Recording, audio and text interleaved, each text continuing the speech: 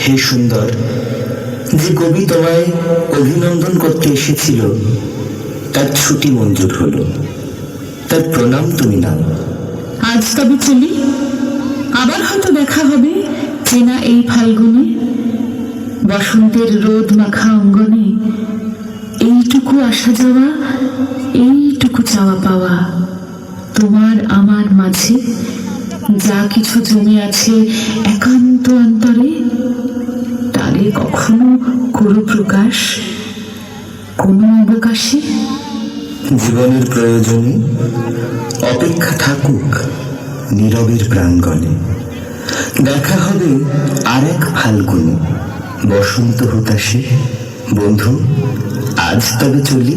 দাঁড়াও আরেকটিবার, যদি কখনো এ দেশ ছেড়ে চলে যেতে হয় তখন মনে রেখো এই বসন্তের কথা।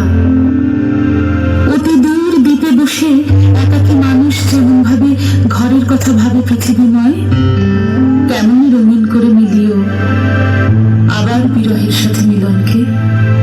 তবুও আশার বাণী রেখে যাও চিরনবীনের গানে। ছন্দ যেন তার ফুরায় না কভু, বন্ধনহীন সুন্দরের বসন্ত আরাধনে।